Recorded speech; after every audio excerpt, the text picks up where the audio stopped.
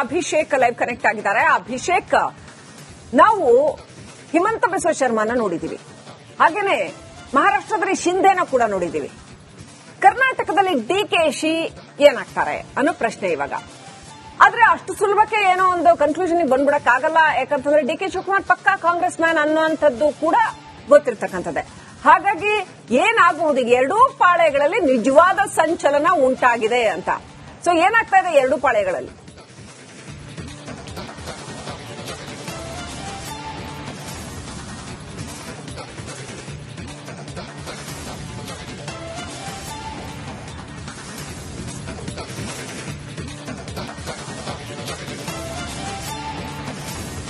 ಲೆಕ್ಕಾಚಾರಗಳಿಗೆ ಕಾರಣ ಆಗಿರುವಂತದ್ದು. ಕಾರಣ ಏನಂತ ನೋಡಿದಾಗ ಇಡೀ ದೇಶದ ರಾಜಕಾರಣವನ್ನು ನೋಡಿದಾಗ ಅಮಿತ್ ಶಾಗೆ ಅವರದೇ ಆದಂತಹ ವೇಟೇಜ್ ಇದೆ.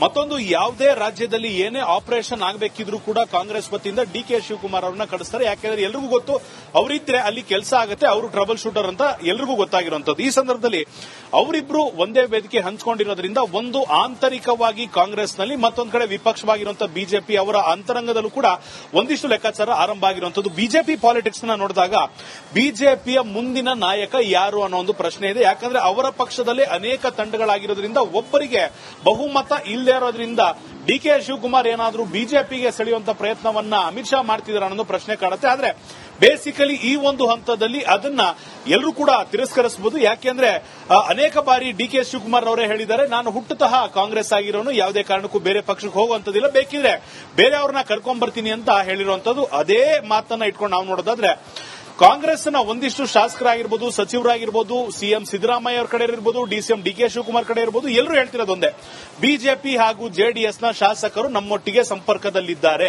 ಈಗ ಸಿಎಂ ಜೊತೆಗೆ ಎಷ್ಟು ಶಾಸಕರ ಸಂಪರ್ಕದಲ್ಲಿದ್ದಾರೆ, ಡಿಸಿಎಂ ಜೊತೆಗೆ ಎಷ್ಟು ಶಾಸಕರ ಸಂಪರ್ಕದಲ್ಲಿದ್ದಾರೆ ಅನ್ನೋದು ಈ ಲೆಕ್ಕಾಚಾರವನ್ನು ಹಾಕಬೇಕಾಗುತ್ತೆ. ಒಂದು ವೇಳೆ ಡಿಸಿಎಂ ಡಿ ಕೆ ಶಿವಕುಮಾರ್ ಏನಾದರೂ ನನ್ನ ಕಡೆಗೆ ಬಿಜೆಪಿ ಹಾಗೂ ಜೆಡಿಎಸ್ನ ಶಾಸಕರು ಅತ್ಯಂತ ಹೆಚ್ಚಿನ ಸಂಖ್ಯೆಯಲ್ಲಿ ಸಂಪರ್ಕದಲ್ಲಿದ್ದಾರೆ ಅನ್ನೋದನ್ನ ಹೈಕಮಾಂಡ್ಗೆ ಪ್ರೂವ್ ಮಾಡಿದ್ರೆ ಅವರನ್ನ ಸಿಎಂ ಮಾಡುವಂತ ಸಾಧ್ಯತೆ ಇದೆಯಾ ಅನ್ನೋ ಒಂದು ಪ್ರಶ್ನೆ ಈಗ ಕಾಂಗ್ರೆಸ್ನಲ್ಲಿ ಬರ್ತಿರುವಂತದ್ದು. ಅನೇಕ ಸಚಿವರು ಅಂದ್ರೆ ಈಗ ಜಮೀರ್ ಅಹಮದ್ ಅವರು ಹೇಳಿದ್ರು, ಈಗ ಶಾಸಕರಾದಂತಹ ಗಣಿಗಾರ ರವಿ ಅವರು ಹೇಳಿದ್ರು, ಎಲ್ಲರೂ ಹೇಳಿದಂತೆ ಸಂಪರ್ಕದಲ್ಲಿರೋದ್ರಿಂದ ಇಂಡೈರೆಕ್ಟ್ಲಿ ಒಂದು ಸಂದೇಶವನ್ನ ಸಿಎಂಗೆ ಡಿಸಿಎಂ ಕೊಡ್ತಿದ್ದಾರಾ? ಸ್ವಾಮಿ, ನಿಮ್ಮ ಸಮಯ ಮುಗಿತಾ ಇದೆ, ನಾನು ಕೂಡ ಸಿಎಂ ಆಗುವಂತ ಹಂತ ಹತ್ರ ಬಂದಿರೋದ್ರಿಂದ ನನ್ನ ಬಳಿ ಇಷ್ಟು ಶಾಸಕರಿದ್ದಾರೆ, ನನ್ನ ಬಳಿ ಇಷ್ಟು ಬೆಂಬಲ ಇದೆ, ಮುಂದೊಂದು ದಿನ ನೀವೇ ನಯವಾಗಿ ನಿಮ್ಮ ಚೇರನ್ನ ಬಿಟ್ಕೊಡ್ಬೇಕು ಅನ್ನೋ ಒಂದು ಸಂದೇಶವನ್ನು ಏನಾದರೂ ಸಿಎಂ ಅವರಿಗೆ ಕೊಡ್ತಿದ್ದಾರ ಅನ್ನೋದು ಪ್ರಶ್ನೆ ಈಗ ಮೂಡ್ತಿರುವಂತದ್ದು. ಇದ್ರ ಜೊತೆಗೆ ಆಗ್ತಿರುವಂತಹ ಒಂದಿಷ್ಟು ಬೆಳವಣಿಗೆಗಳೇನಂತ ನೋಡಿದಾಗ ಹೈಕಮಾಂಡ್ನ ಪ್ರಕಾರ 2.5 ವರ್ಷ ಸಿದ್ದರಾಮಯ್ಯನವರು, 2.5 ವರ್ಷ ಡಿ ಕೆ ಶಿವಕುಮಾರ್ ಅವರು ಸಿಎಂ ಆಗಿ ಕಾರ್ಯನಿರ್ವಹಿಸುತ್ತಾರೆ ಅನ್ನೋದು ಮೌಖಿಕ ಸಂದೇಶ ಇತ್ತು ಅಂತ ತಿಳಿಸಿರುವಂತದ್ದು. ಅನೇಕ ಸಚಿವರು ಆಪ್ತ ವಲಯದಲ್ಲಿ ಆಫ್ ದ ರೆಕಾರ್ಡ್ ಮಾತಾಡುವಾಗ ತಿಳಿಸಿರುವಂತದ್ದು. ಆದ್ರೆ ಈಗ ಮುಂದಿನ 5 ವರ್ಷಗಳ ಕಾಲ ಸಿದ್ದರಾಮಯ್ಯನವರೇ ಇರ್ತಾರೆ ಅನ್ನೊಂದು ಮಾತು ಹೇಳ್ತಿರೋದ್ರಿಂದ ಡಿ ಕೆ ಶಿವಕುಮಾರ್ ಒಂದು ಕಠಿಣವಾದ ಸಂದೇಶವನ್ನ ಹೈಕಮಾಂಡ್ಗೆ ಸಲ್ಲಿಸುವಂತ ದಾರಿಯಲ್ಲಿದ್ದಾರೆ ಅಂತ ಹೇಳ್ಬೋದು. Thank you Abhishek, ಡೀಟೇಲ್ಸ್ಗಾಗಿ.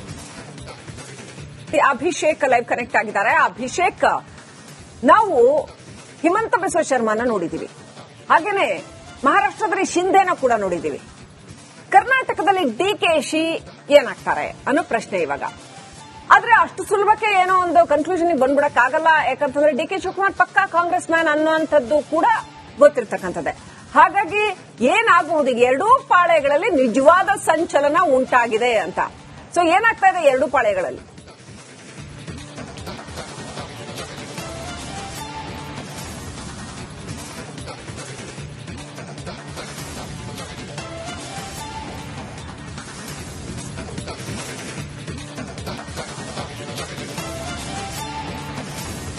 ಲೆಕ್ಕಾಚಾರಗಳಿಗೆ ಕಾರಣ ಆಗಿರುವಂತದ್ದು. ಕಾರಣ ಏನಂತ ನೋಡಿದಾಗ ಇಡೀ ದೇಶದ ರಾಜಕಾರಣವನ್ನು ನೋಡಿದಾಗ ಅಮಿತ್ ಶಾಗೆ ಅವರದೇ ಆದಂತಹ ವೇಟೇಜ್ ಇದೆ.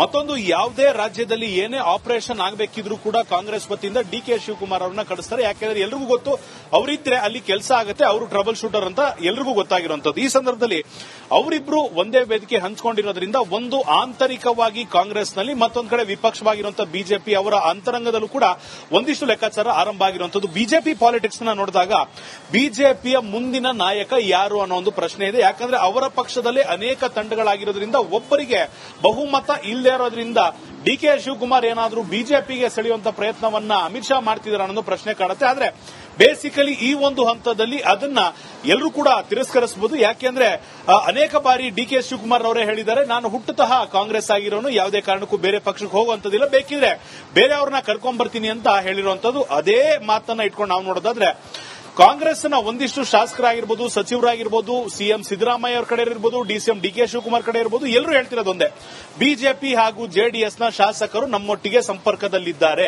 ಈಗ ಸಿಎಂ ಜೊತೆಗೆ ಎಷ್ಟು ಶಾಸಕರ ಸಂಪರ್ಕದಲ್ಲಿದ್ದಾರೆ, ಡಿಸಿಎಂ ಜೊತೆಗೆ ಎಷ್ಟು ಶಾಸಕರ ಸಂಪರ್ಕದಲ್ಲಿದ್ದಾರೆ ಅನ್ನೋದು ಈ ಒಂದು ಲೆಕ್ಕಾಚಾರವನ್ನು ಹಾಕಬೇಕಾಗುತ್ತೆ. ಒಂದು ವೇಳೆ ಡಿಸಿಎಂ ಡಿಕೆ ಶಿವಕುಮಾರ್ ಏನಾದರೂ ನನ್ನ ಕಡೆಗೆ ಬಿಜೆಪಿ ಹಾಗೂ ಜೆಡಿಎಸ್ನ ಶಾಸಕರು ಅತ್ಯಂತ ಹೆಚ್ಚಿನ ಸಂಖ್ಯೆಯಲ್ಲಿ ಸಂಪರ್ಕದಲ್ಲಿದ್ದಾರೆ ಅನ್ನೋದನ್ನ ಹೈಕಮಾಂಡ್ಗೆ ಪ್ರೂವ್ ಮಾಡಿದ್ರೆ ಅವರನ್ನ ಸಿಎಂ ಮಾಡುವಂತ ಸಾಧ್ಯತೆ ಇದೆಯಾ ಅನ್ನೋ ಒಂದು ಪ್ರಶ್ನೆ ಈಗ ಕಾಂಗ್ರೆಸ್ನಲ್ಲಿ ಬರ್ತಿರುವಂತದ್ದು. ಅನೇಕ ಸಚಿವರು ಅಂದ್ರೆ ಈಗ ಜಮೀರ್ ಅಹ್ಮದ್ ಅವರು ಹೇಳಿದ್ರು, ಈಗ ಶಾಸಕರಾದಂತಹ ಗಣಿಗಾರ ರವಿ ಅವರು ಹೇಳಿದ್ರು, ಎಲ್ಲರೂ ಹೇಳಿದಂತೆ ಸಂಪರ್ಕದಲ್ಲಿರೋದ್ರಿಂದ ಇಂಡೈರೆಕ್ಟ್ಲಿ ಒಂದು ಸಂದೇಶವನ್ನ ಸಿಎಂಗೆ ಡಿಸಿಎಂ ಕೊಡ್ತಿದ್ದಾರಾ? ಸ್ವಾಮಿ, ನಿಮ್ಮ ಸಮಯ ಮುಗಿತಾ ಇದೆ, ನಾನು ಕೂಡ ಸಿಎಂ ಆಗುವಂತ ಹಂತ ಹತ್ರ ಬಂದಿರೋದ್ರಿಂದ ನನ್ನ ಬಳಿ ಇಷ್ಟು ಶಾಸಕರಿದ್ದಾರೆ, ನನ್ನ ಬಳಿ ಇಷ್ಟು ಬೆಂಬಲ ಇದೆ, ಮುಂದೊಂದು ದಿನ ನೀವೇ ನಯವಾಗಿ ನಿಮ್ಮ ಚೇರನ್ನ ಬಿಟ್ಕೊಡ್ಬೇಕು ಅನ್ನೋ ಸಂದೇಶವನ್ನು ಏನಾದರೂ ಸಿಎಂ ರವರಿಗೆ ಕೊಡ್ತಿದ್ದಾರೆ ಅನ್ನೋದು ಪ್ರಶ್ನೆ ಈಗ ಮೂಡ್ತಿರುವಂತದ್ದು. ಇದ್ರ ಜೊತೆಗೆ ಆಗ್ತಿರುವಂತ ಒಂದಿಷ್ಟು ಬೆಳವಣಿಗೆಗಳನ್ನ ನೋಡಿದಾಗ ಹೈಕಮಾಂಡ್ನ ಪ್ರಕಾರ 2.5 ವರ್ಷ ಸಿದ್ದರಾಮಯ್ಯನವರು, 2.5 ವರ್ಷ ಡಿಕೆ ಶಿವಕುಮಾರ್ ಅವರು ಸಿಎಂ ಆಗಿ ಕಾರ್ಯನಿರ್ವಹಿಸುತ್ತಾರೆ ಅನ್ನೋದು ಮೌಖಿಕ ಸಂದೇಶ ಇತ್ತು ಅಂತ ತಿಳಿಸಿರುವಂತದ್ದು. ಅನೇಕ ಸಚಿವರು ಆಪ್ತ ವಲಯದಲ್ಲಿ ಆಫ್ ದ ರೆಕಾರ್ಡ್ ಮಾತಾಡುವಾಗ ತಿಳಿಸಿರುವಂತದ್ದು. ಆದ್ರೆ ಈಗ ಮುಂದಿನ 5 ವರ್ಷಗಳ ಕಾಲ ಸಿದ್ದರಾಮಯ್ಯನವರೇ ಇರ್ತಾರೆ ಅನ್ನೊಂದು ಮಾತು ಹೇಳ್ತಿರೋದ್ರಿಂದ ಡಿಕೆ ಶಿವಕುಮಾರ್ ಒಂದು ಕಠಿಣವಾದ ಸಂದೇಶವನ್ನ ಹೈಕಮಾಂಡ್ಗೆ ಸಲ್ಲಿಸುವಂತ ದಾರಿಯಲ್ಲಿದ್ದಾರೆ ಅಂತ ಹೇಳ್ಬೋದು. Thank you Abhishek. ಡೀಟೇಲ್ಸ್ಗಾಗಿ ಅಭಿಷೇಕ್ ಲೈವ್ ಕನೆಕ್ಟ್ ಆಗಿದ್ದಾರೆ. ಅಭಿಷೇಕ್, ನಾವು ಹಿಮಂತ ಬಿಸ್ವ ಶರ್ಮಾನ ನೋಡಿದೀವಿ, ಹಾಗೇನೆ ಮಹಾರಾಷ್ಟ್ರದಲ್ಲಿ ಶಿಂಧೆನ ಕೂಡ ನೋಡಿದೀವಿ. ಕರ್ನಾಟಕದಲ್ಲಿ ಡಿಕೆಶಿ ಏನಾಗ್ತಾರೆ ಅನ್ನೋ ಪ್ರಶ್ನೆ ಇವಾಗ. ಆದ್ರೆ ಅಷ್ಟು ಸುಲಭಕ್ಕೆ ಏನೋ ಒಂದು ಕನ್ಕ್ಲೂಷನ್ ಬಂದ್ಬಿಡಕ್ಕಾಗಲ್ಲ. ಯಾಕಂತಂದ್ರೆ ಡಿಕೆ ಶಿವಕುಮಾರ್ ಪಕ್ಕಾ ಕಾಂಗ್ರೆಸ್ ಮ್ಯಾನ್ ಅನ್ನುವಂಥದ್ದು ಕೂಡ ಗೊತ್ತಿರ್ತಕ್ಕಂಥದ್ದೇ. ಹಾಗಾಗಿ ಏನಾಗಬಹುದು, ಈಗ ಎರಡೂ ಪಾಳೆಗಳಲ್ಲಿ ನಿಜವಾದ ಸಂಚಲನ ಉಂಟಾಗಿದೆ ಅಂತ. ಸೊ ಏನಾಗ್ತಾ ಇದೆ ಎರಡೂ ಪಾಳೆಗಳಲ್ಲಿ?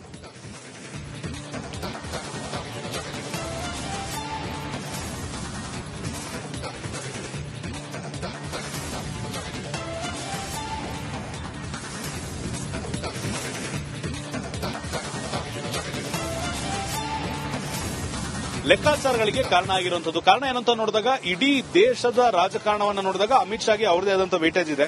ಮತ್ತೊಂದು, ಯಾವುದೇ ರಾಜ್ಯದಲ್ಲಿ ಏನೇ ಆಪರೇಷನ್ ಆಗಬೇಕಿದ್ರೂ ಕೂಡ ಕಾಂಗ್ರೆಸ್ ವತಿಯಿಂದ ಡಿಕೆ ಶಿವಕುಮಾರ್ ಅವರನ್ನ ಕಳಿಸ್ತಾರೆ. ಯಾಕೆಂದ್ರೆ ಎಲ್ರಿಗೂ ಗೊತ್ತು, ಅವರಿದ್ರೆ ಅಲ್ಲಿ ಕೆಲಸ ಆಗುತ್ತೆ, ಅವರು ಟ್ರಬಲ್ ಶೂಟರ್ ಅಂತ ಎಲ್ರಿಗೂ ಗೊತ್ತಾಗಿರುವಂತದ್ದು. ಈ ಸಂದರ್ಭದಲ್ಲಿ ಅವರಿಬ್ರು ಒಂದೇ ವೇದಿಕೆ ಹಂಚಿಕೊಂಡಿರೋದ್ರಿಂದ ಒಂದು ಆಂತರಿಕವಾಗಿ ಕಾಂಗ್ರೆಸ್ನಲ್ಲಿ, ಮತ್ತೊಂದು ಕಡೆ ವಿಪಕ್ಷವಾಗಿರುವಂತಹ ಬಿಜೆಪಿ ಅವರ ಅಂತರಂಗದಲ್ಲೂ ಕೂಡ ಒಂದಿಷ್ಟು ಲೆಕ್ಕಾಚಾರ ಆರಂಭ ಆಗಿರುವಂತದ್ದು. ಬಿಜೆಪಿ ಪಾಲಿಟಿಕ್ಸ್ ನ ನೋಡಿದಾಗ ಬಿಜೆಪಿಯ ಮುಂದಿನ ನಾಯಕ ಯಾರು ಅನ್ನೋ ಒಂದು ಪ್ರಶ್ನೆ ಇದೆ. ಯಾಕಂದ್ರೆ ಅವರ ಪಕ್ಷದಲ್ಲೇ ಅನೇಕ ತಂಡಗಳಾಗಿರೋದ್ರಿಂದ ಒಬ್ಬರಿಗೆ ಬಹುಮತ ಇಲ್ಲದೆ ಇರೋದ್ರಿಂದ ಡಿಕೆ ಶಿವಕುಮಾರ್ ಏನಾದರೂ ಬಿಜೆಪಿಗೆ ಸೆಳೆಯುವಂತ ಪ್ರಯತ್ನವನ್ನ ಅಮಿತ್ ಶಾ ಮಾಡ್ತಿದ್ದಾರೆ ಅನ್ನೋ ಪ್ರಶ್ನೆ ಕಾಡುತ್ತೆ. ಆದ್ರೆ ಬೇಸಿಕಲಿ ಈ ಒಂದು ಹಂತದಲ್ಲಿ ಅದನ್ನ ಎಲ್ಲರೂ ಕೂಡ ತಿರಸ್ಕರಿಸಬಹುದು. ಯಾಕೆಂದ್ರೆ ಅನೇಕ ಬಾರಿ ಡಿಕೆ ಶಿವಕುಮಾರ್ ಅವರೇ ಹೇಳಿದ್ದಾರೆ, ನಾನು ಹುಟ್ಟುತಃ ಕಾಂಗ್ರೆಸ್ ಆಗಿರೋನು, ಯಾವುದೇ ಕಾರಣಕ್ಕೂ ಬೇರೆ ಪಕ್ಷಕ್ಕೆ ಹೋಗುವಂತದಿಲ್ಲ, ಬೇಕಿದ್ರೆ ಬೇರೆಯವ್ರನ್ನ ಕರ್ಕೊಂಡ್ ಬರ್ತೀನಿ ಅಂತ ಹೇಳಿರುವಂತದ್ದು. ಅದೇ ಮಾತನ್ನ ಇಟ್ಕೊಂಡು ನಾವು ನೋಡೋದಾದ್ರೆ ಕಾಂಗ್ರೆಸ್ನ ಒಂದಿಷ್ಟು ಶಾಸಕರಾಗಿರ್ಬೋದು, ಸಚಿವರಾಗಿರ್ಬೋದು, ಸಿಎಂ ಸಿದ್ದರಾಮಯ್ಯ ಅವರ ಕಡೆ ಇರಬಹುದು, ಡಿಸಿಎಂ ಡಿಕೆ ಶಿವಕುಮಾರ್ ಕಡೆ ಇರಬಹುದು, ಎಲ್ಲರೂ ಹೇಳ್ತಿರೋದೊಂದೇ, ಬಿಜೆಪಿ ಹಾಗೂ ಜೆಡಿಎಸ್ನ ಶಾಸಕರು ನಮ್ಮೊಟ್ಟಿಗೆ ಸಂಪರ್ಕದಲ್ಲಿದ್ದಾರೆ. ಈಗ ಸಿಎಂ ಜೊತೆಗೆ ಎಷ್ಟು ಶಾಸಕರ ಸಂಪರ್ಕದಲ್ಲಿದ್ದಾರೆ, ಡಿಸಿಎಂ ಜೊತೆಗೆ ಎಷ್ಟು ಶಾಸಕರ ಸಂಪರ್ಕದಲ್ಲಿದ್ದಾರೆ ಅನ್ನೋದು ಈ ಒಂದು ಲೆಕ್ಕಾಚಾರವನ್ನು ಹಾಕಬೇಕಾಗುತ್ತೆ. ಒಂದು ವೇಳೆ ಡಿಸಿಎಂ ಡಿಕೆ ಶಿವಕುಮಾರ್ ಏನಾದರೂ ನನ್ನ ಕಡೆಗೆ ಬಿಜೆಪಿ ಹಾಗೂ ಜೆಡಿಎಸ್ನ ಶಾಸಕರು ಅತ್ಯಂತ ಹೆಚ್ಚಿನ ಸಂಖ್ಯೆಯಲ್ಲಿ ಸಂಪರ್ಕದಲ್ಲಿದ್ದಾರೆ ಅನ್ನೋದನ್ನ ಹೈಕಮಾಂಡ್ಗೆ ಪ್ರೂವ್ ಮಾಡಿದ್ರೆ ಅವರನ್ನ ಸಿಎಂ ಮಾಡುವಂತ ಸಾಧ್ಯತೆ ಇದೆಯಾ ಅನ್ನೋ ಒಂದು ಪ್ರಶ್ನೆ ಈಗ ಕಾಂಗ್ರೆಸ್ನಲ್ಲಿ ಬರ್ತಿರುವಂತದ್ದು. ಅನೇಕ ಸಚಿವರು ಅಂದ್ರೆ ಈಗ ಜಮೀರ್ ಅಹ್ಮದ್ ಅವರು ಹೇಳಿದ್ರು, ಈಗ ಶಾಸಕರಾದಂತಹ ಗಣಿಗಾರ ರವಿ ಅವರು ಹೇಳಿದ್ರು, ಎಲ್ಲರೂ ಹೇಳಿದಂತೆ ಸಂಪರ್ಕದಲ್ಲಿರೋದ್ರಿಂದ ಇಂಡೈರೆಕ್ಟ್ಲಿ ಒಂದು ಸಂದೇಶವನ್ನ ಸಿಎಂಗೆ ಡಿಸಿಎಂ ಕೊಡ್ತಿದ್ದಾರಾ? ಸ್ವಾಮಿ, ನಿಮ್ಮ ಸಮಯ ಮುಗಿತಾ ಇದೆ, ನಾನು ಕೂಡ ಸಿಎಂ ಆಗುವಂತ ಹಂತ ಹತ್ರ ಬಂದಿರೋದ್ರಿಂದ ನನ್ನ ಬಳಿ ಇಷ್ಟು ಶಾಸಕರಿದ್ದಾರೆ, ನನ್ನ ಬಳಿ ಇಷ್ಟು ಬೆಂಬಲ ಇದೆ, ಮುಂದೊಂದು ದಿನ ನೀವೇ ನಯವಾಗಿ ನಿಮ್ಮ ಚೇರನ್ನ ಬಿಟ್ಕೊಡ್ಬೇಕು ಅನ್ನೋ ಸಂದೇಶವನ್ನು ಏನಾದರೂ ಸಿಎಂ ರವರಿಗೆ ಕೊಡ್ತಿದ್ದಾರೆ ಅನ್ನೋದು ಪ್ರಶ್ನೆ ಈಗ ಮೂಡ್ತಿರುವಂತದ್ದು. ಇದ್ರ ಜೊತೆಗೆ ಆಗ್ತಿರುವಂತ ಒಂದಿಷ್ಟು ಬೆಳವಣಿಗೆಗಳನ್ನ ನೋಡಿದಾಗ ಹೈಕಮಾಂಡ್ನ ಪ್ರಕಾರ 2.5 ವರ್ಷ ಸಿದ್ದರಾಮಯ್ಯನವರು, 2.5 ವರ್ಷ ಡಿಕೆ ಶಿವಕುಮಾರ್ ಅವರು ಸಿಎಂ ಆಗಿ ಕಾರ್ಯನಿರ್ವಹಿಸುತ್ತಾರೆ ಅನ್ನೋದು ಮೌಖಿಕ ಸಂದೇಶ ಇತ್ತು ಅಂತ ತಿಳಿಸಿರುವಂತದ್ದು. ಅನೇಕ ಸಚಿವರು ಆಪ್ತ ವಲಯದಲ್ಲಿ ಆಫ್ ದ ರೆಕಾರ್ಡ್ ಮಾತಾಡುವಾಗ ತಿಳಿಸಿರುವಂತದ್ದು. ಆದ್ರೆ ಈಗ ಮುಂದಿನ 5 ವರ್ಷಗಳ ಕಾಲ ಸಿದ್ದರಾಮಯ್ಯನವರೇ ಇರ್ತಾರೆ ಅನ್ನೊಂದು ಮಾತು ಹೇಳ್ತಿರೋದ್ರಿಂದ ಡಿಕೆ ಶಿವಕುಮಾರ್ ಒಂದು ಕಠಿಣವಾದ ಸಂದೇಶವನ್ನ ಹೈಕಮಾಂಡ್ಗೆ ಸಲ್ಲಿಸುವಂತ ದಾರಿಯಲ್ಲಿದ್ದಾರೆ ಅಂತ ಹೇಳ್ಬೋದು. Right, thank you.